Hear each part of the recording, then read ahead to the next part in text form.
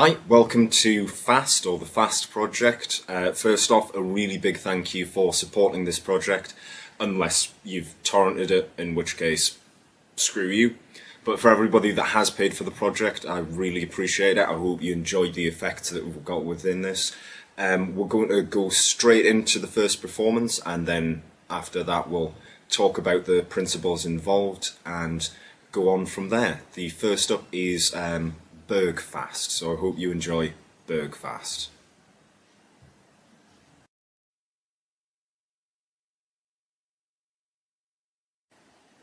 Right, Joel, you're familiar with playing cards. Yeah. Can you just name a suit? Okay, hearts. Hearts, okay. Yeah. I should be clear on what's going to happen here. In this deck, I've taken one playing card, I've isolated it in a specific spot. I'm going to have you home in on what you think that card is and where you think that is. Does that make sense? Yeah, yeah. Okay. I'm going to try and help you as little as humanly possible. Okay. What I want you to do, this is going to get a bit abstract in a second, but just decide upon a value that you feel that card is. Okay. Okay. And this is where we get abstract. So if you've gone for like a court card, I need you to understand court cards obviously have their own values as well. Jack is 11, a queen is 12, and a king is 13. Right. So whatever value you're thinking of now, just double it. Okay. And yeah, why not? Double it again. Right. Okay? Yep. First time, what is the total number you've come to? 20. 20. Yeah. Pick up the deck. Deal down to the 20th card. Okay. Face up. If you want to, yeah. Yeah, okay. 1, 2, 3, 4, 5, 6, 7, 8, 9, 10, 11, 12, 13, 14, 15, 16, Yeah. 17, 18, 19, What was the card you decided on? 5 of hearts. Check it out. That is not the 5 of hearts. Check it out. Show them. Fucking hell. Thank you very much. That's absolutely brilliant. Cheers, honestly, man, like, can I look through this deck? If you want to, go wild. There's no other 5 of hearts, I'll be honest on that one. That's brilliant. Cheers. Yeah. That is fucking good, isn't it? Really good. Yeah. Alright, so that was the performance of Bergfast. We will go straight into the explanation for that. So Bergfast is the genesis of what this project is. We came up with, myself and Raggy came up with a version of this, and then Ian Raggy pointed out the obvious question, could you do it with any card? At that time the answer was no. And so I went home, thought about it, and created this, and noticed that I had put the deck into Stebbins order, or reverse Stebbins order. Essentially, the principle used in this from Stebbins is, if we look at every 4th card going down, that's 1, 2, 3, 4, that first card is an ace, the next 4th card down is a 2, and then 3, and then 4, and then 5. It's that suit running straight down the deck every 4th position. The joy of doing this with the reversed Stebbins deck is, if I cut to any king, if I cut any king down to the bottom of the deck, that suit is now in the exact same orientation as the suit I started with. I start with the deck clubs, facing clubs on the bottom of the deck, because I've found in my work, performance-wise, for some reason most people tend to name clubs, and that is not a surefire thing. Like, you cannot just rely on that, but it statistically has worked out for me. It was more often clubs than not, which is why it's set like that for me. We'll talk about the suits a bit more in depth later, but the reason I've set these up from the face downwards as clubs, hearts, spades and diamonds is because the orientation of those kings. I know if you name any other suit, I need to get to that king and cut that to the face, then I know roughly where to spread the deck to be able to find it. So if you were to name from clubs hearts, that's in the next 13 down. well, it is the 13th card down from there, so I can very easily with my thumb just push over to roughly that area. The same with spades. Spades is about the middle. I can roughly push that over. I've missed it slightly, but just by one. And the same again with diamonds. I can just push that over and find that king very easily. The way I justify this within the routine is having you name any suit before any information is actually given on the premise. So name any suit. Diamonds. Diamonds, right. I already know where the king of diamonds is to be able to set this up. The boxes on there just mainly for theatrical purposes. So I would pick up the deck and say, I should be honest with you here. I have placed one card very specifically within this deck. I'm going to have you home down on it. So what I'm doing there is opening up at that king, and I'm going to put the deck back together, placing this set straight onto the top of the deck when it's oriented properly. So straight onto there, placing that down there, squaring that up. That's going to set the deck up for diamonds. That is as open as I can do that. There are many other ways to get the named suit king down to the bottom of the deck. If you are good at a turnover pass, absolutely go for a turnover pass. It's going to make this so invisible. Go wild. Apart from that turnover pass, oops control would probably work, or just openly cutting the deck, anything like that. Would get you straight there. We've got a few other ideas submitted on this, but we'll talk about this first. So you've named diamonds. So I've picked up the deck, explained the premise in the action of cutting that king down to the bottom. I've placed that straight on there, the box, and pushed that towards you. I'm trying to appear as open, as casual as I possibly can. And then we go into the selection of the value, which is going to lead straight to the position. Which I'm so happy I've finally found a use for this principle. I've been playing with this principle, no joke, for about 6 years in different effects, presentations, even props. Michael will probably remember a few years ago I created a Bizarre Magique thing with this principle based on Burke and Hare. And the victims on a list from 1 to 16 of Burke and Hare's kills, and you would decide upon a victim and you turn over this little leather wallet which turned out to be a human skin wallet made of the skin of Burke, because Burke was skinned and his skin was turned into Burke skin books. There's one, no joke, there's one in the National Museum of Edinburgh. Yeah, and just pretending like this was a fake one and it would be inscribed to whichever person. Anyway. They're chosen. But yeah, the principle itself is, if you think of a number from, let's say 1 to 10 for now, I have you double that and double it again.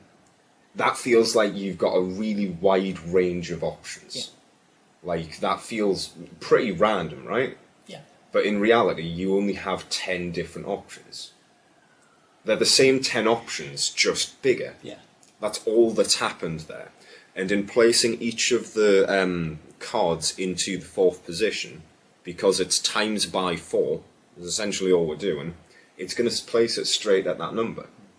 That is literally it. So as soon as that king's on the bottom, I have you think of any value. Let's go for 5 for ease. 5 times by 2 is 10, times by 2 is 20. I would bet you all the money I own right now, which isn't very much, that the 5 of diamonds is currently sitting at position number 20. I know it is. I made it be there. Yeah. And it works like that with all the values. Obviously, within performance, I make it clear to point out that if you... Oh, God, I'm so sorry about that. Oof. That happened the first time we tried to record this as well. Somebody's drilling next door. We're going to try and get through it anyway. What was I talking about? Yeah, if they've selected, I make it very clear, if you're thinking of a jack, queen or a king, those have values as well. Yeah. A jack would be 11, a queen would be 12, a king would be 13. Yeah. Whichever value you've got now, double it. Alright? You know what? Double it again. And that'll get you to whichever position. I'm very conscious of how I'm presenting myself here. I don't say times by 2 because that feels like maths. It's just making it almost feel off the cuff. So double it. You know what? Just double it again. Why not? Great. So just make sure your total hasn't gone over 52, has it? No. No. Great. That's fine. Cool. Just making that appear very casual and open. It just feels a lot softer. It feels a lot less forceful. Yeah, it feels very casual. Yeah, yeah, casual. And even though it is essentially a ranged force, it doesn't feel like that. No. It feels really nice and comfortable, if not anything else. And that's how you get the suits into the right position orientation. That is how you get the number generated. From there, all that is left to do is have them pick up the deck and deal down to their number. They can deal face up if they want. They can deal face down. I personally prefer having things dealt face down because not only does it mean that if there is, I don't know, Rain Man in your audience, they're not going to spot the cyclical nature of the stack or the suits coming up. But it also means that there's a little bit more suspense, but I really don't mind either way. Yeah.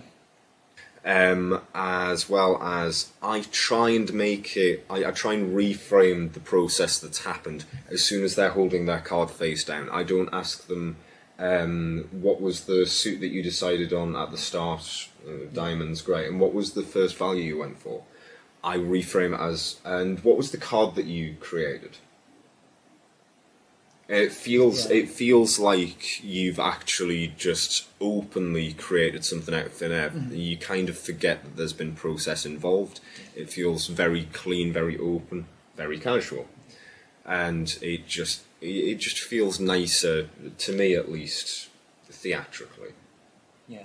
I hope that's clear. Yeah, if that's everything that we have to say about Bergfast, then yeah, let's go on to everything that's been spawned from Bergfast onwards. There's some really good material in here. I'm really proud of the stuff you guys are going to see.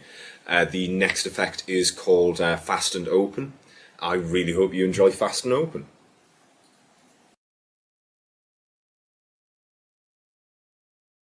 Stephen, can you do me a quick favour just to make sure this is going to work or get as close to working as we can get it? Can you snap your fingers? Yeah. Great, okay.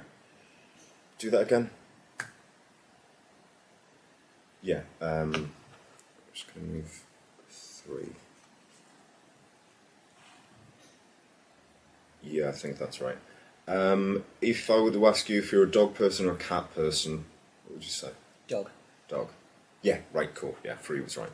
Can you do me a favour? This is based on pressure and decision making. Do you think it's possible to predict somebody's sort of cognitive abilities and decision making based on what I've just asked you? Honestly. No. No. Good, this is going to be amazing. What I want you to do, this is the pressure part, just at some point, cut the deck and then complete the cut. Yeah. Awesome, that's the pressure done. It's just decision making now. So I've got 2 cards here, that's all right. 7 and 4. 7 of clubs and the 4 of diamonds. We're going to use these, this is the decision making part, to generate a new card. So you can either have the 7 of diamonds or the 4 of clubs. What do you think? 7 of diamonds. 7 of diamonds. Yeah. And just to reiterate, you don't think it's possible to predict somebody's like an outcome based on pressure and cognitive decision making? No. No. Read that out loud. 12. 12. Pick up the deck. Deal down to the 12 card. 1, 2, 3, 4, 5, 6, 7, 8, 9, 10, 11. Stop. The card you created was the 7 of 7 diamonds? of diamonds, yeah. Have a look at it. Show 7 of them. diamonds. 7 of diamonds. Look at you, being proved wrong. Yeah. Great. Okay. So that is open and fast. It is an open prediction using the benefits that is given to us by Size 7 stack. Well, a modified Size 7 stack. and a two-way out located in the box. Really quickly, the outs in use are 12, is written on a piece of card. I've just slid that underneath the plastic of the box. If you're using playing cards and you're ripping off the plastic and just throwing that all away, this is a really good thing to keep on your deck just to protect the deck in case, I don't know, it's raining and your pockets get damp or something. It's just a nice layer of protection, and it lets you slip little things under there to keep them safe. So that's the first out. The second out is inside the box, and it is 29. Written on our card. 39. 39. Did I say 29? Yeah. 39. Sorry, I'm stupid. We've got to remember this. I'm stupid. 39. And that is based on the free choice within the thing. I do a little bit of guff, or shtick, whatever, around the premise of clicks and cats and dogs, making out to be assessing whether or not this is going to work. So it's just after the clicks that I do the actual change. So I say, just click your fingers. Do that again. Okay, so this is based on pressure. I'm just going to move, yeah, just 3. I think 3 should be fine. Implying that I'm moving a specific thing up in the deck or down in the deck. Realistically, it absolutely does not matter. Because this is going to work itself, but it's implying that I'm moving something to a certain position, which tracks logically with the way the effect runs. From there, I can have you cut the deck anywhere and complete the cut. As long as it's a single cut, this is always going to work, and it's going to keep the deck in the stack. This is one of the principles that me and Craig both discovered independently. But we're using it for different effects. So we take the next 2 cards, so the King of Spades and the Ten of Hearts, in this example, and we generate a new card. So the King of Hearts or the Ten of Spades. Now, depending on what you say here, will depend on which outcome I bring out. If you say the value of the first card and the suit of the second, Yeah. then I know it's going to be 12 down from here. Okay. So the first value will always be like that combination, so the King of Hearts is going to be 12 down. Whereas the second value combination, the Ten of Spades, is going to be 39 cards down, just because of the way the stack runs. So I can have you choose, do you want the King of Hearts or the Ten of Spades? We'll go with the Ten of Spades. Ten of Spades. So now, based on that information, I can say I've made a little prediction in here, 39. It's not going to make immediate sense until you pick up the box, start dealing down, and then at the 39th position is found their card. Yeah. It's, basic open prediction premise. Joel Dickinson, who was here for the performances, had a really nice idea for saying you could pick the King of Spades, or you could pick the Ten of Hearts, or we can make a new card out of these. The problem I had with this was that it would mean, like, obviously if you pick Ten of Hearts, I can't deal down in the deck and have them find another Ten of Hearts. Yeah. But if we were to have them find the mate, the match, then Yeah. that's easy enough to do. It does require, and this was just thinking off the top of our heads, it does require having a third out, which you could realistically have written on the other side of here, which would be 25. Yes. Yeah, 25, because from this deck down, the 25th card will be the King of Clubs, and the 26th card will be the Ten of Diamonds. So 25. If they've gone for the King of Clubs, just have them deal down 25 cards, turn over the 25th card, that will be the King of Clubs. If they've gone for the Ten of Hearts, have them deal 25 cards down into a pile, and then turn over the next card, so implying that it's 25 cards down. Yeah. Turn over the next card, that will be the Ten of Diamonds. So that's a really nice addition by Joel, with a little bit of extra work on that. I think it's really nice. Do you have any questions on this specifically? No, you've covered the mechanics of it. So yeah. Yeah? Great. Michael? It's covered everything. Excellent. All right, that is fast and open. The next piece that we're going to go into is it's going to be two performances lumped into one because it just runs together, and then we'll go into the explanation separately. That is Jack Fast and Fast Flush. Please enjoy them. This is the gambling demonstration of the download. Yeah, we're doing it as a download. Yeah, of the download. Please enjoy.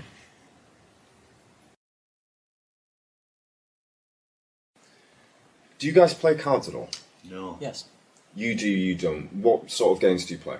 poker Poker. generally. Yeah, That's fair. Any specific branch or? Texas. Texas Hold'em. That's excellent. It's a good game. You don't play cards. No. Have you aware of any sort of card games Oh, in the yeah, spectrum? Yeah. Yep. Okay. Do you know the rules to 21? Yes. Blackjack? Yeah. Yeah, cool. So for anybody that doesn't, we're going to do a quick demonstration. Just going to be 1 second. We'll talk through some of the strategy involved in 21. One final cut and complete. I'll deal you out both two hands, Okay. and we'll go on a basis by basis, one at a time, just discussing the strategy for each hand. Let's have a look. Okay, we're going to start with your first hand. Let's have a look. Natural 20, alright, fair enough. So, obviously, at this point, that's a really good hand. You would not want to, you'd want to stick on that. Yeah. It is not going to serve you well at all to try and play against that, because if you hit, you're almost guaranteed to get bust. Your second hand would be 18. Alright, again, yeah, you'd stick on that. You're not going to beat, like, if this was another player, they're not going to beat you, but if the dealer goes bust, they're going to get their money back, Yeah. Okay. which is smart. Wow, you've had an easy time with this one, alright. Let's see for Stephen. 5 and a 7, 12, 12, right? yeah. Yeah, 12, okay. So you would want to hit. Yeah. 12's a pretty safe space to be sitting. Obviously, the best outcome you could get at this point would be, say, a 9, which would be a fast manufactured blackjack. So, want to hit? Yeah. Yeah, cool. That is a fast manufactured blackjack. Your other hand, obviously, you'd stick there. Otherwise, you're just throwing money away. You have garbage. Okay. 2 and a 4, that's 6, right? Yeah. So you have to hit, well, you don't have to hit, but It's beneficial. yeah, absolutely. Otherwise, again, you're just pissing money away. So a hit on that would be 6, so that's 12.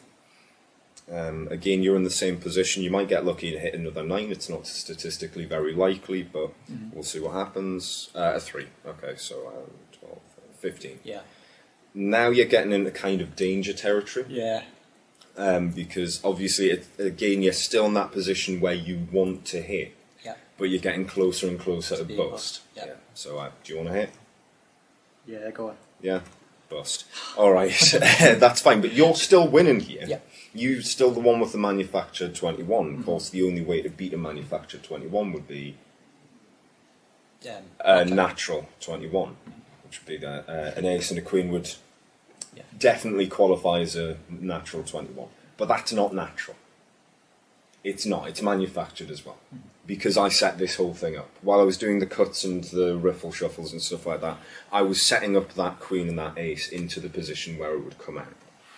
I also happened to glimpse a couple of other cards, which is how I knew the 9 was coming. Okay. But based on that, it's difficult to do that within the confines of a game, especially if you're going hand to hand to hand to hand, pass and dealer each time.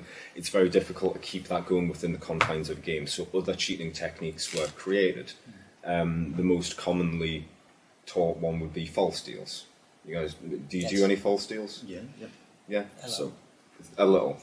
It's good. So you do bottom deals, right? Yes. You probably do bottom deals better than I do. For anybody that hasn't seen a bottom deal up to this point, it's taking a card from the bottom of the deck and dealing it down to the table as if it was the first card. A little bit, that was a bit ropey. Hopefully this next one will be a bit faster. Yeah, that was a bit better. The most common one to find in play would be the second deal. Dealing the second card as though it were the first. Obviously, with that card face up, it's not very, not very invisible. You'd definitely get caught pretty fast. So,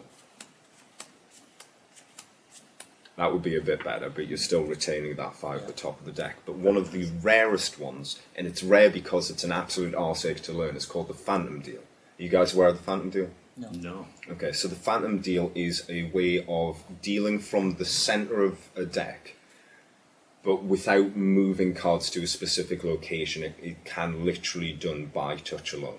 Okay. It's an absolute pain in the arse to learn. I'll be honest, I only did it because I'm obsessive. Okay. But I'd like to show you what's possible with the Phantom Deal. The only giveaway that you'll find if somebody were to use this in a game, which would be stupid of them, is if that little finger moves down to the bottom of the deck. It's the only giveaway for the Phantom Deal if it's done correctly. Phantom Deal, I'll deal as if it's a 4-handed game.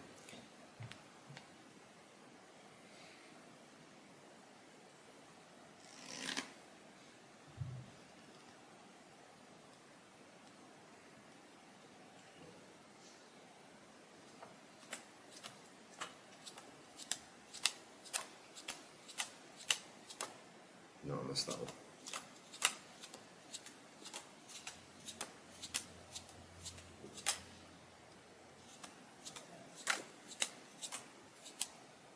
Yeah, I think I hit those all.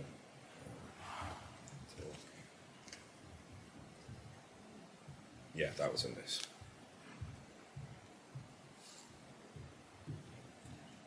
That's the Phantom. Yeah. Well, Brilliant. yeah. Okay, so that is Jack Fast. I'm going to pad this out just a little bit, you'll understand why. This is based on probably the first ever routine I created when I was about 16. I was in college and I was trying to portray myself as, you know how you're a teenager and you're an idiot, so I was trying to make out myself as like a bit of a scoundrel, a bit of a cheeky sort of Jack Flash type character. And I was learning different techniques from gambling DVDs and books, and I'd learned to cold stack with a riffle shuffle for blackjack, because cold stacking for a poker hand is an absolute not very nice word. It's just not fun. So I'd learned to cold stack 21 to myself within a 3-handed game, 4-handed game, 5-handed game. So I'd been doing that and using a very, very overt sort of book peek to show myself what the next card would be. To allow us to do, like, I was just jazzing what was happening in the other hands and saying, oh, yeah, you could obviously hit now, you probably want to hit now, but you might go bust, right? Hit, yeah, great, bust. It was kind of based on something that Ricky Jay had done within 52 Assistants, at least spiritually, I suppose. So I'd been doing that since I was 16, and then we were looking at this. I'd remembered this routine, and it just works. So here's the explanation for Jack Fast. You take the deck, you place the king, like whichever king happens to be on bottom, on top, and it works. You just deal it straight and it completely works. They will always have 20, they will always have 18, they will always have 12, they will always have 6, and the hits just work straight off the bat, and you will always have a natural 21. I set it up specifically so that the king of clubs is on top. That becomes important in the next routine. But yeah, you just deal it straight and it works completely. So dealing it through, this is going to be you just see. I'll just deal it face up for now, so you'll see it. There's my ace.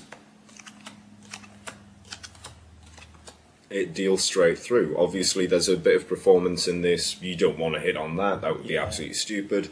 When the 18 comes up, you can talk about, you probably, like, you could hit on that, but you're risking going busk early. And if the dealer busts out while you're on 18, you're going to get your money back. Over when it comes to here, 7 plus 5, 12. You talk about, this is an obvious place where you would want to hit. The best case scenario right now would be you hit a 9 and get a manufactured 21, which was best case scenario. Hit. Yeah. Yeah, 9, 21. And that just happens naturally. It's so stupid. And then you go over to the fourth player. We were only working with 2 people, but you can use this for 4 players. If everybody's got friends, you can use it for 8 players, and just team them up. On this last person is destined to go bust. So talking through, so you've got 6. You obviously want to hit on a 6 because that is garbage. Another 6, great. That makes 12. Again, you probably want to hit. You might get another 9 and make up another manufactured 21 or blackjack, which would be great. Let's have a look. Nope, that is 3, so that would make that 15. Obviously, again, you want to hit. The next card is a court card. I think it's a jack. Yeah. It's a Okay. king. It's a king. So that is going to send them bust, which means you've got a really nice sort of theatrical gambit throughout here of a natural 20. That is a good place to be. Yeah. Natural 18, which is not as good but still returns. Then you've gone from a not very good hand straight to a winning hand, and then you're getting a nice eking out of getting closer and closer, and then just like destroying it.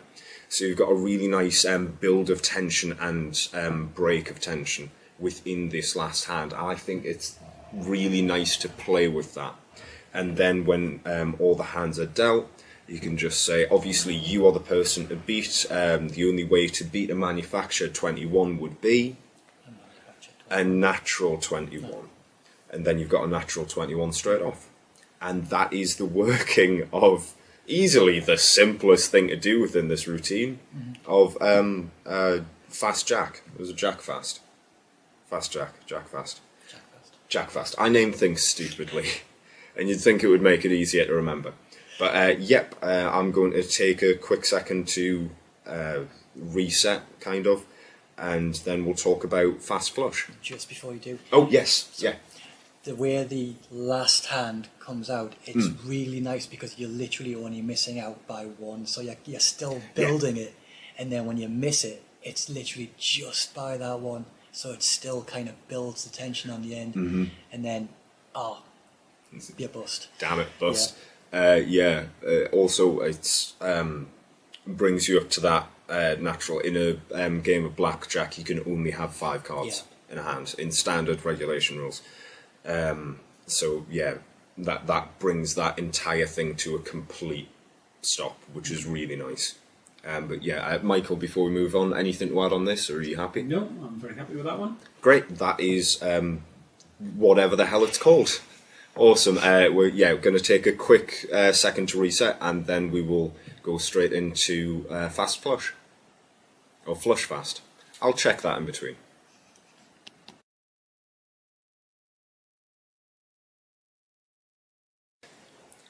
Okay, so I know it looks like nothing's has changed, but that's because nothing has. We're back with the explanation for flush fast. I did check the name. I've left it like this because I'd like to talk about how I got into it from the last routine. So, this entire idea came about because after I'd finished doing this routine, I noticed that because I was working with clubs at the top, the next card down is the King of Spades. The 10 of Spades. Is it clear I'm a bit tired yet? Is the 10 of Spades. And then 4 down from that is the Jack of Spades. It leads straight into a royal flush, and I wanted to work with that and have a demonstration where I could lead straight in from this into eking out a royal flush, just naturally, which means I had to invent something called the Phantom Deal, which is nonsense. When you get to the Phantom Deal section, you're just dealing straight. But to give that a bit more credence, I thought I'd throw in a few demonstrations of false deals.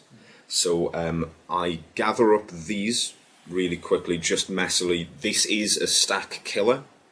So if you do this, you're not going to do this demonstration walk around. 1, it's completely the wrong theme, and 2, you'd need to reset your deck afterwards. But yeah, so I just wash these together and drop them straight on top, and it adds, I think, 10 or 11 cards back onto the top. So 1, 2, 3, 4, 5, 6, 7, 8, 9, 10, 14. 11, 12, 13, 14. Yeah, straight onto the top, which means you've got 10 cards, 11 cards, that's where I was getting confused, that you can just burn straight away. And then these 3 are going to be used in the actual Phantom Deal demonstration, the mythical Phantom Deal. So those all go on top, and I start talking about false deals. I'm going to be honest, I am not the person to learn false deals from, but I will try and explain what I'm doing so you can get a grasp of how I'm doing it. If you want a better resource for learning false deals, there's a download called the False Deal Project. I don't think it's very expensive. I'm pretty sure it's available from most major online retailers. It's a really good download, and it teaches you all like center deals, Greek deals, strike seconds. I think it does strike bottoms. It's a really good project to have a look at, and it teaches you other effects that you can do straight with false deals. I am not the person to learn false deals from, but like I say, we're going to go through what I do. So once I've piled up that wash from the end of fast jack, jack fast, whatever, straight up, I'm going to take the bottom 3 cards from the deck and openly turn them over and place them just back onto the bottom of the deck to demonstrate bottom dealing. The way I bottom deal is with my first finger. I bubble the deck to create a little bit of a spread here. I use that little finger to pull that bottom card out slightly diagonally, and then my first finger comes in and connects with that card. My thumb just brushes across the top while my little finger just hops out of place, and it just allows me to grab it straight out. It's not a good bottom deal. Again, I want to talk to you clearly about this. It is not a good bottom deal, but it works, kind of. Place it straight down, and then I do that again for the other 2 cards. So that's like that. See, done in motion, that doesn't look too bad. But yeah, that's that set of 3 completely spent. From there, I go into the second dealing, and remember, this is working with that bank of cards that you've put on top. So I'm going to turn that first card up while I'm talking about second dealing, and then I'm going to deal 5 seconds from the top. The way I second is kind of like a conveyor belt motion, based on the double lift get ready. So I'm pushing a few cards over, and then I'm using my ring finger to push up on that next card, and allows me to drag that top card back. It just delivers it straight into my hand. So there, again, I'm just using the thumb to brush over that top card and allows me to pull that out. Because I tend to get 2 at a time, it delivers that next one straight into position, which allows me to push that a bit further out, get my finger into the next position. This is why I refer to it as a conveyor belt, because it just helps me push straight through. It almost automatically delivers the next card in the hand. So 1, 2, 3, 4, and 5. And that's the first set of 5. Again, it's going to be the same thing, but this time I'm going to turn the top card face down, because otherwise it's very obvious what I'm doing.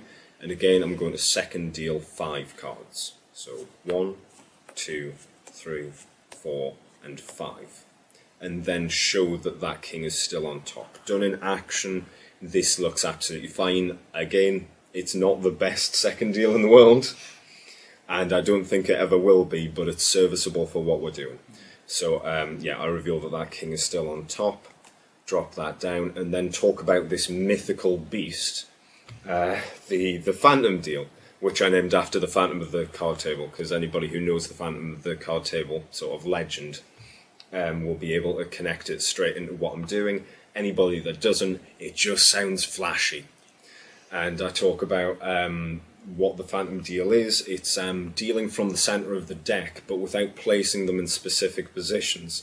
Just knowing roughly where they are and being able to feel them out of the deck. While I'm spreading this, I am just making for damn sure I haven't miscounted that top portion, and the 10 of spades is in the 4th position down. That is my double check, that is the safety. I would prefer to have a safety a little bit earlier to make sure, but I just can't engineer one in logically. So that is my safety to make sure this is going to go right. So yeah, that 10 is in the correct position, so I'm going to go straight into the phantom deal. The phantom deal is a misnomer. You are dealing completely straight.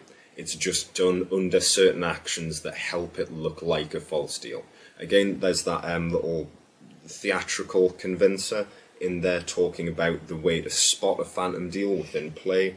It messed with you, didn't it? It did, yeah. Moving that little finger to the bottom of the deck. Realistically, that's not ever going to achieve anything apart from hold the deck slightly more flush. But it seems like something that you can look out for, which is nice. So I mentioned I'm going to deal as if it's a four-handed game. Deal to myself. Deal once, twice, 3 times. When I bring it over to myself, I make a point of dealing up a little bit extra and straight down. Risk killing just a little bit. It just looks a bit dodgy. It looks like something's gone wrong there. I do that again. Once, twice, 3 times. Fake. 1, 2, 3. Well, not fake, but fake. Real. 3. So that's 3 cards in. When I get to the 3rd, or sometimes the 4th, I go, no, missed that one. I haven't, because there's nothing to miss. But it's going to add an extra little convincer in later, so I do that twice more. 1, 2, 3, 4. 1, 2, 3, 4. If I hadn't done that miss thing, this would be the moment to stop. But because I've installed that false miss, I'm going to run it one more time. 1, 2, 3. I'm going to kick this one slightly over, just roughly in the area of where that card is exposed. So I can drop those down, so I think I got them. Push those all together, just pushing that card straight into that gap. I can pick them up. Go, yeah, that's where I missed it. Drop that down and then reveal the Royal Flush and Spades. It is, to my mind, the easiest way to cheat out a Royal Flush and Spades. It works automatically off the back of the Blackjack demonstration. If you're talking about Blackjack, people are going to start thinking about poker anyway, so it's a nice logical demonstration.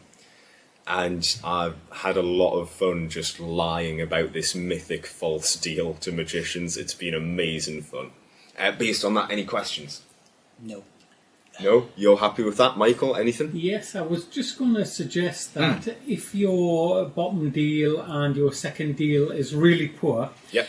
Exaggerate it and just say, I'm going to demonstrate how people can bottom deal and second deal, but I'm going to make it very obvious to you. Yeah, absolutely. And now go through, and obviously the reason why it looks so obvious or so bad is because you are illustrating it rather than actually performing it for real.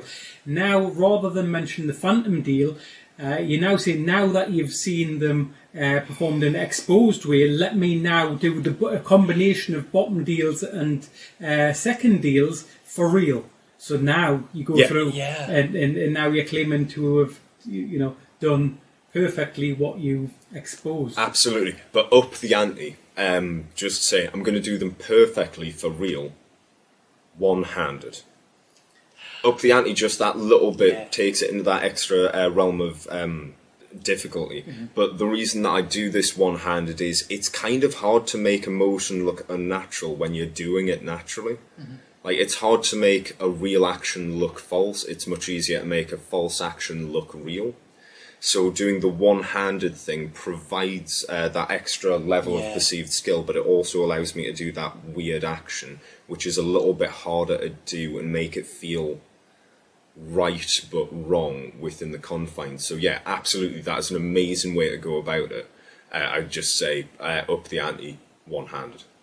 The only other thing that I would maybe put in there is to suggest that obviously all of these skills are useless unless we have the ability to memorise the deck, and now basically take the cards and maybe spread them on the table just for a moment, and then now you've apparently clocked the positions of the Royal Flush, which obviously then you're going to be that's a really nice overt version of what I am trying to do in performance, in saying as long as you know where those are. I'm trying to subtly imply that I'm looking for something. I don't mention the Royal Flush until it appears, but I'm trying to subtly imply that I'm looking for something, and I kind of am, because I'm looking for the 10 to make sure it's in the right place. But yeah, making that over would be really nice and clear.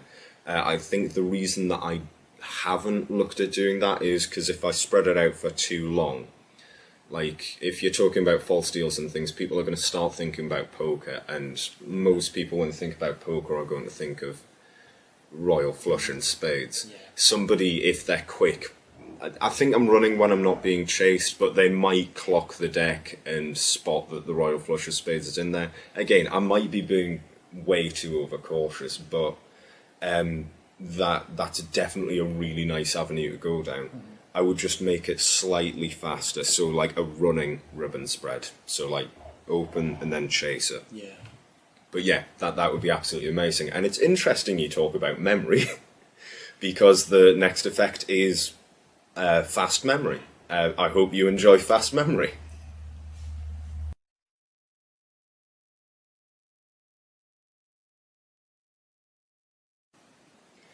Do either of you guys train your memory? I don't. I mean, the wife wishes. The wife wishes, and absolutely not. All right, fair Nothing enough. in here. Are you aware of current memory theory? No. Okay, so current memory theory states, I should explain, it's not the memory theory that is currently in circulation, it is literally called current memory theory. It states that at any one point you can recall 7 pieces of information, give or take 2 either side, depending on stress level, stuff like that. Okay. So you don't train your memory. 7 is the base standard. Do you think you could recall 7 pieces of information? Oh, I couldn't. No. No? You reckon you could? Yeah. Yeah, 7, yeah. It is the base standard, but fair enough for different situations. If we were to take that into a bit more abstract, say 14, it's just 2 sets of 7, do you reckon you could do that? At a push. Yeah. If we were to break that into something a bit more difficult, break up chunks of 7 instead, say 20. 20 would be difficult, right? Yeah. Yeah, so like 26 would be impossible. Yeah. Yeah. A, B, C, D, E, F, G. I'm sorry, I do that for a specific reason. Sorry, Joe, can you get a card out anywhere? I don't really... Yeah, happy? Yeah, Okay. yeah. Try and memorise that. We'll keep talking, but it's fine. I Okay, know I'm track trying. record, but I'll leave it with you for a few minutes. I do that alphabet thing for a reason. It displays how we learn to memorise things. We are taught to chunk and memorise things as lists, as complete pieces of information. So when you go into primary school, on day 1 they teach you A, B, C, and then further through.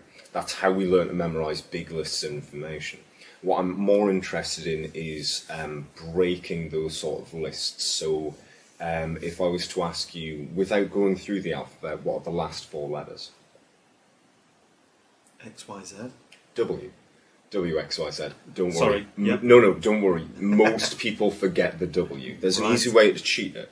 Okay. All you need to do is go to the end of the alphabet, which everybody knows is Z, and just do them backwards, and then correct them as you say it out loud. So those last 4 letters backwards would be... ZYXW. Yeah, ZYXW. The full thing is BZYXW, VUTS, RQP, ONM, LKJ, IHGF, EDCBA. Thank you, I am your god. No, stop me. It's just pity. But that... Sorry, yeah, we'll get back to this. I enjoy talking about this. That's biased as well, because that isn't... I cheated. I just taught myself the alphabet backwards. I locked myself in my room for an hour a day, and I taught myself the alphabet backwards. It's mental masturbation, to be honest. And I'll be fully honest, I might be a better person had I just spent an hour wanking each day. Complete honesty. But doing things like this and keeping my memory well trained has allowed me to do certain interesting things. Have you got a phone with a timer on you? Yes. Yeah. Is that a stopwatch or a countdown? Both. Okay, can you pull up the stopwatch? So I'm going to try and memorise a large piece of information very fast. My average for this is about 45 seconds, give or take a little bit of space. Sometimes I go over, but I'm going to try and memorise the deck. Okay. Let's have a look.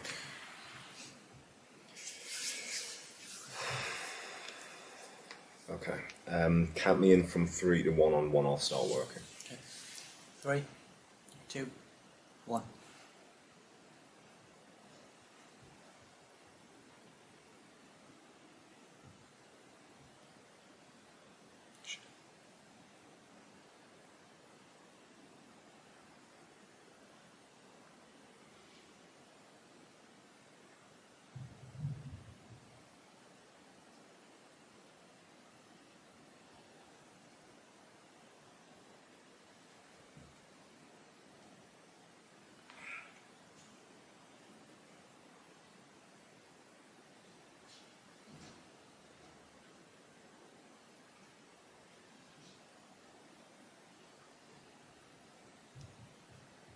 Stop. What was that? 45. 45 on the dot. God damn. 45 seconds to memorise 52 playing cards. But I couldn't have told you what socks I'm wearing or if I locked the door when I left the house. That's absolutely ridiculous. Okay. Going through what I've got, all the black cards are in the deck. I can tell you that for a certainty. Out of the red cards remaining, I believe all of the hearts are there. Do me a quick check. That is a diamond, isn't it? It is. Um,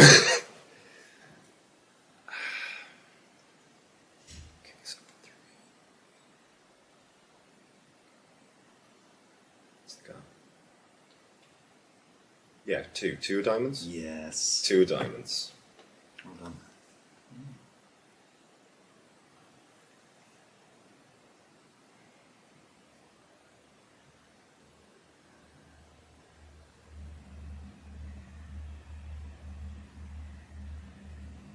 $12.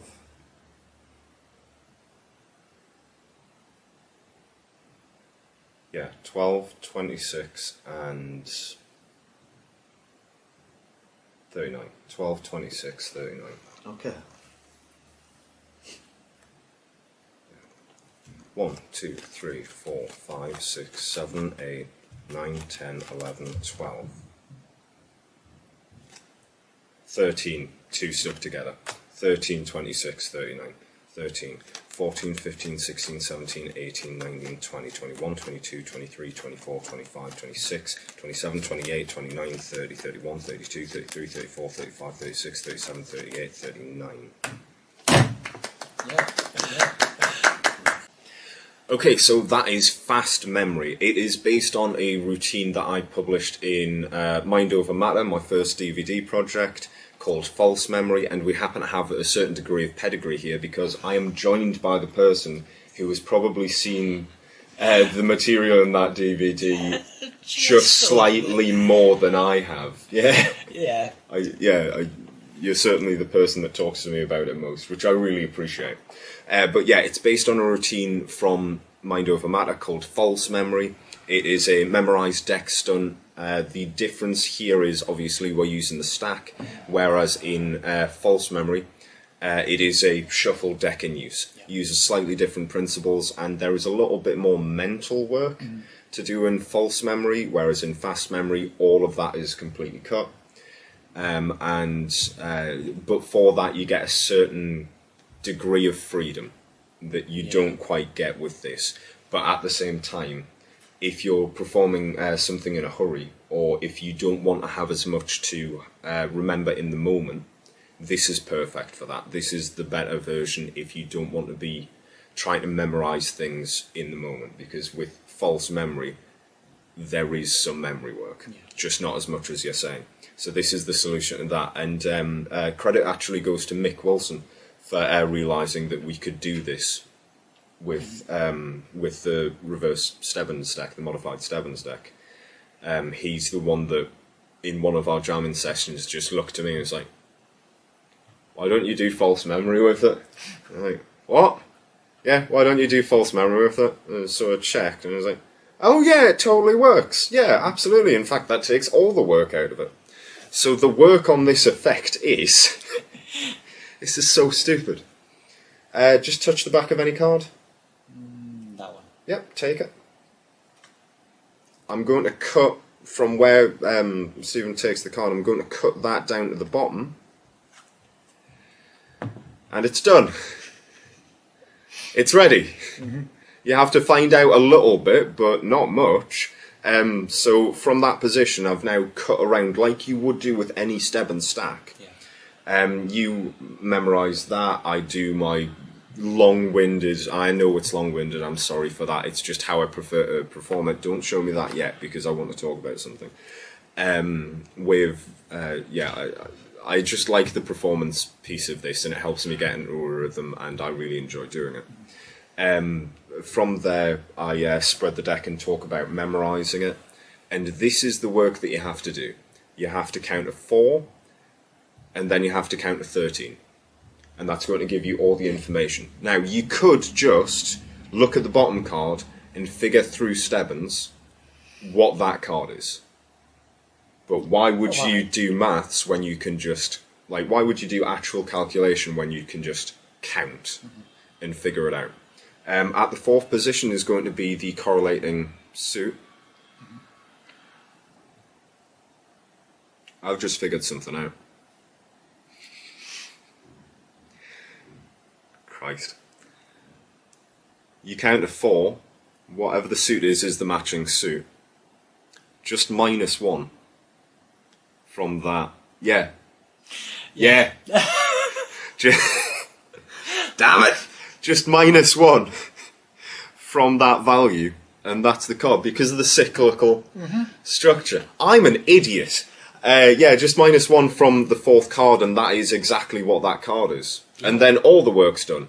The matching cards are naturally going to be at 13, 26, and 39, just because of the way that the 7 stacks works. So yeah, that's all the work. I like to do a little thing where I'm implying that 2 cards have stuck together. We've tried it out a few times where I was saying 13, 25. So miscalling that one off, 25 and 39. We all agreed that it's kind of a weird progression to go from hit on the card, hit on the first thing, miss, off by 1, but still a miss, and then hit on the last one, even though it's a justified miss. So in performance, I changed it up to be a miss on the first location. So you get a little bit of tension and then a break on the miss off by 1, and then you get rising tension, success. So yeah, I miscall it as 12, 26, 39 in performance. But yeah, based on that, I jumped ahead a little bit, but yeah, I do this full memorization thing of, so once I know that it's the 5 of clubs, and it is the 5 of clubs because it's the 4's there and the 6 is there, it's got to be the 5 of clubs. Once I put that down, I just act as though I'm going through the deck. I know it's not a red card. All of the red cards are there, yeah? Yes. Yes, good. From memory, I believe all of the spades are... Yeah, I believe all the spades are there. Is that right? That's correct. Yeah. Yeah, good. So this is a club. And then just under my breath, I don't even think it's properly audible. I just make up an order for a few cards and leave the 6 out. So I just say, slightly under my breath, 10, 5, 9, 8, 2, 3, ace, jack.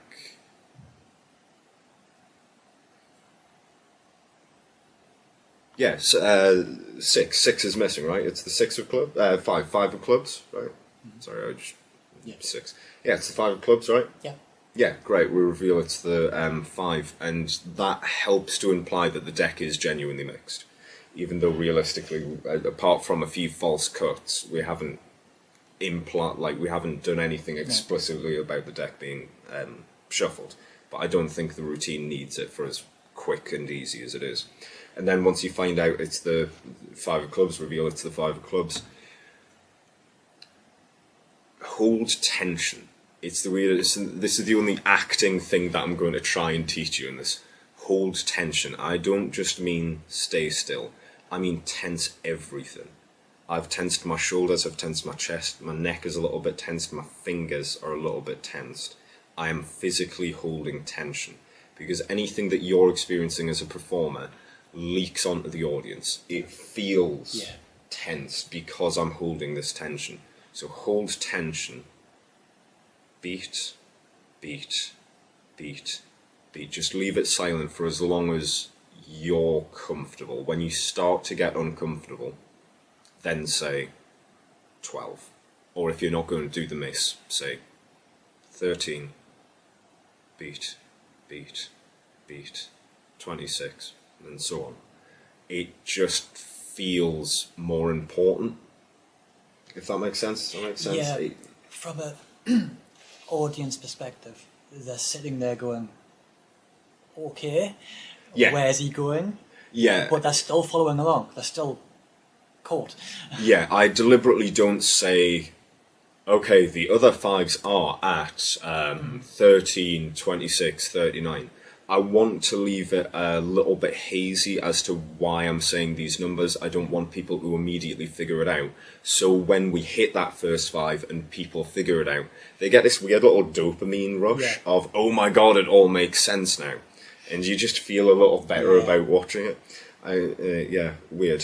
So I'm deliberately leaving this vague. Mick Wilson pointed out to me a while ago that what I've done is, within the confines of the false memory and fast memory as a whole, kind of solve that natural objection of, if you pretend to memorize a deck and then pull out a card that's been moved positions or something like that, or name a card that's missing, the next natural question from an audience member is, okay, what's 17? Or, alright, where's the 4 of diamonds? I've just kind of naturally solved that. Completely by accident, but it works perfectly. So, 13, 26 and 39. Literally all you have to know coming into this routine. And now the mates are in. Let's speed up this footage, but I'm going to count through and find the matches. They're going to be at 13, 26 and 29. 1, 2, 3, 4, 5, 6, 7, 8, 9, 10, 11, 12, 13, 14, 15, 16, 17, 18, 19, 20, 21, 22, 23, 24, 25, 26, 27, 28, 29, 30, 31, 32, 33, 34, 35, 36, 37, 38, 39. At this point, I'm trying to imply, as though the rest of the deck, I'm trying to imply I'm destroying my memorized sequence of shuffled cards, so I make a big point of slamming this section down. It just feels as if that's not going to be useful anymore. And the effect has come to a natural close anyway. I've made sure that I'm dealing these all straight out into a rough pile, but none are going out of space or underlapping or overlapping where they shouldn't be. Because the easiest way to reset this straight into stack is pick the deck up, look for the first pair of black cards sitting together, because obviously the suit rotation, pick up the first pair of black cards, the 5 will go in there, 5 hearts will go in there, or whatever's relevant. Basically, whichever 2 suits are sitting outside that offsuit, that black or red combination, you're looking for the opposite 5. I wouldn't suggest doing this in front of an audience. I would say pile up the deck, add the cards back onto the top of the deck, and then later, once you've walked away from a table or in between sets at a parlour event or something, then reset this. But so that 5 goes straight back in there. Now I'm looking for 2 reds sitting together. And then that'll be that next 5 of spades, because the clubs are surrounding the 2 reds. And 2 black cards, there we go. The 5 of diamonds. And then the 5 of clubs goes on top. And because I'm probably going to go back into doing Bergfast after this, or anything like that, I'm going to cut the king of clubs back up to the top. And that is the deck completely restacked. Any other questions on fast memory? Yes, obviously, as you've been explaining it there, you've made a discovery. Yes! A new discovery about how to very quickly identify the participant's card. What was your earlier method for that? Right, yeah, so what I was doing earlier is I had broken it up into 4 and 13. So 4 would tell me the suit, and 13 would tell me the value. So in this case, we'll say the king has been removed from the deck. So 4 would tell me that it's clubs, and then the 13th card would tell me that it's the king. But because maths, you just go to 4 and minus 1 off the value. And obviously in this case it's an ace, so you know the next card back from an ace would be a king. Because 1, 2, 3, 4 is a running upwards, ace backwards to king, just works. That's that problem solved. But I was looking to the 13th card to tell me the value. Because that'll just tell you the value straight out. Whereas, say, looking at a 3, then I've got it in my head to the maths of, okay, 3 minus 3 would be 0, which would have to be a king, and then I've got it in a reverse stacked order for suits. So clubs, hearts, spades, diamonds, so it's got to be the suit that comes before hearts, so that's got to be clubs. So yeah, it would be the king of clubs. I don't have to do that now. Yeah. I don't even have to do that whole count. I can just go 4, ace of clubs, right? So it's got to be the king of clubs then. I am making sure to feint all the way through the deck. Something that I started doing after watching some of Luke Jamay's work with his memory demonstration that I really liked is that oops moment of going back and like, no, that hasn't set right. That's I'll have to memorize those bits, something like that. And yeah, that's how I perform fast memory. Is there anything else you want to talk about with that?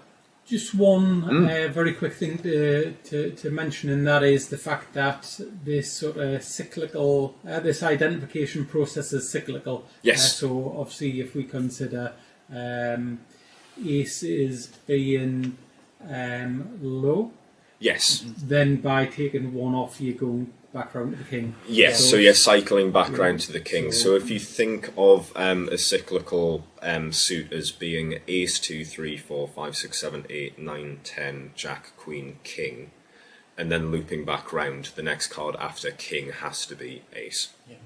So yeah, whatever the fourth card is, minus 1 from that, it's going to tell you what the missing card is. Like minus 1 from the value, don't move back to the third card. I'm stupid, I'd probably do that. But yeah, is that clear enough? Is that cool? Perfect. Excellent. Yeah, that's fast memory. Okay, so really quickly, this is how to reset the deck into stack if you've performed something like flush fast, or anything, or somebody's taken your deck and shuffled it, or you've gone into another effect that isn't based on any of the work in here, and you need to reset the deck for any reason. So to construct it, you need to take out all the cards of their individual suits. It's Stebbins. I don't want to teach you how to suck eggs, but there are some important features in here. So unlike a regular Stebbins deck where you would separate them with kings on the top and aces on the bottom, you're going to take them with aces running downwards through the king.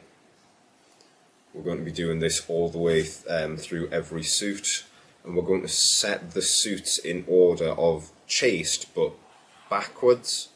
So not only is it a reverse Stebbin, it's also a reverse chased, which obviously makes sense when you think of the Bergfast principle of being able to push at a certain point and knowing where you're going from. So to set the cards into sequence, you take the diamonds, and we're going to take that and cut the 10 to the face. Everything below the 10 goes up on top of the ace. So that's running 10 downwards, back towards, yeah. On the spades, that's what that suit is. We're going to take that and we're going to cut the 7 to the top. So 10 minus 3 is 7. On the hearts, we're going to take that and cut that at the 4, so the 4 comes to the top. And the clubs we're just going to leave as is. From there, it's really simple. We're going to take, running right to left, we're going to take the 10 of diamonds, 7, just the 7 of spades, the 4 of hearts and the ace of clubs, and we're going to continue running through them straight through the deck.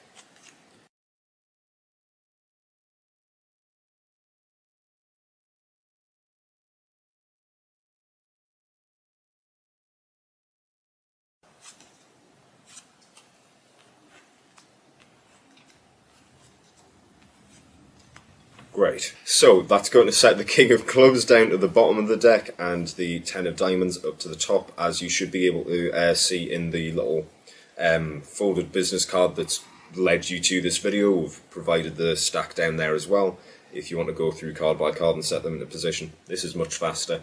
It'll get you there much quicker, and that'll allow you to reset the stack into reverse Stebbins, reverse chased, and that's all you need to do the rest of the routines. Essentially, apart from the bonus effect, which I think you'll have seen before this. Yeah, yeah. It's been a very long day, and I'm just struggling. No, I'm kidding. It has been a long day, though. So that'll set that into a stack. Are there any questions about Sally Stebbins' stack, but backwards? No. Great. And as I think I've mentioned earlier, that's why this project's called FAST, 5 Astounding Stebbins Tricks. Although you've, by this point, probably gotten 6 or 7 bonus things that you can do anyway. So yeah, that is going to set the deck entirely into the FAST order. And that is just about it. I think I've got credits and goodbyes to do, and then we are golden.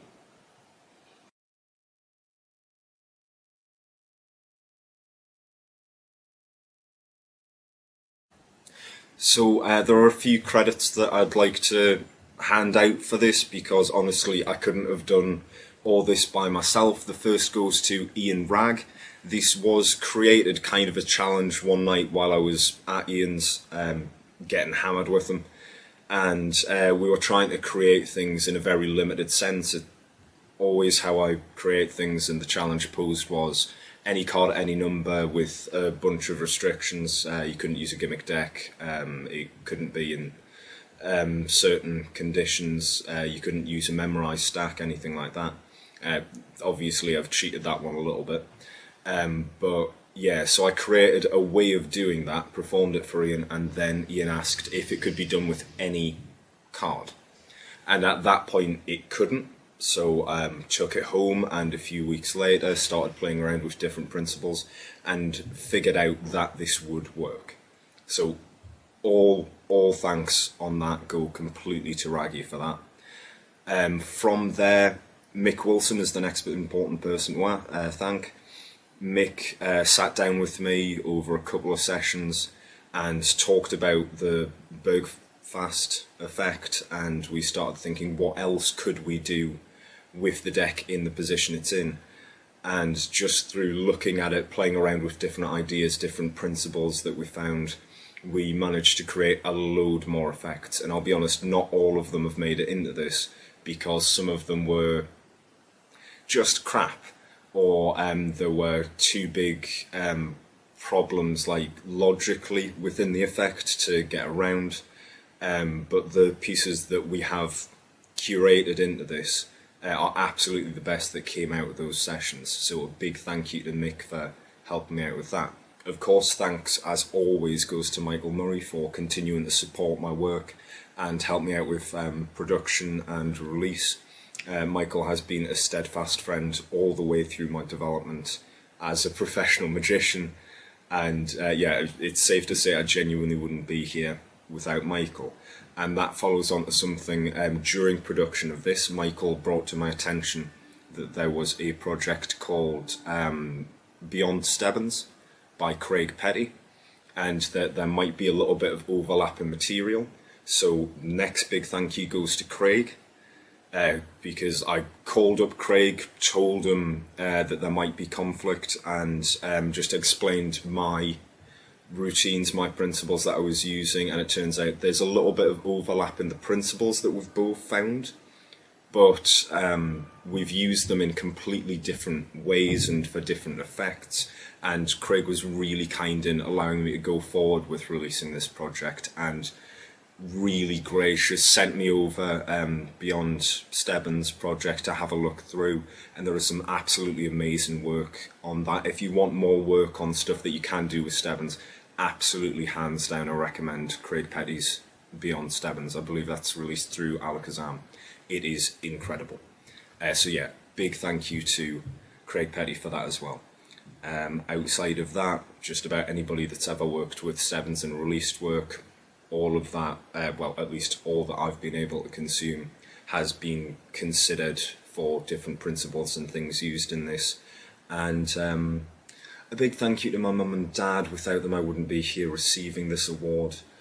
And to you, of course, the public who voted for me, and the Academy as well. And I think that's just about everybody to thank. Oh, God, obviously, a big thank you to God. And an even bigger thank you to Satan for allowing me to look like this. I think that's all the credits that need to be passed out at this point. If I think of more, tough. But if you have had a hand in this, thank you so much for helping me out. I really appreciate it. So that was the FAST project. I really hope you've enjoyed what you've gotten out of this. I hope there is, you can just hit the ground running with some of the effects, and if some of them don't fit you perfectly, if you want to substitute like the spread sort of displacement for a turnover cull or something like that, just absolutely please do whatever like makes you feel best. Even if it's just principles that you're taking from this and moulding into something new, that's absolutely amazing. Fill your boots, have a great time. A big thank you to everybody who has helped support the creation of the FAST project, and a massive thank you to you. If you're a first timer just finding my material through FAST, then thank you so much for supporting this pretty much sight unseen. If you have supported my work for a long time, thank you for sticking with me for so long. Have an excellent rest of the day, rest of the week here. Stay safe, and please enjoy performing FAST. Thank you guys.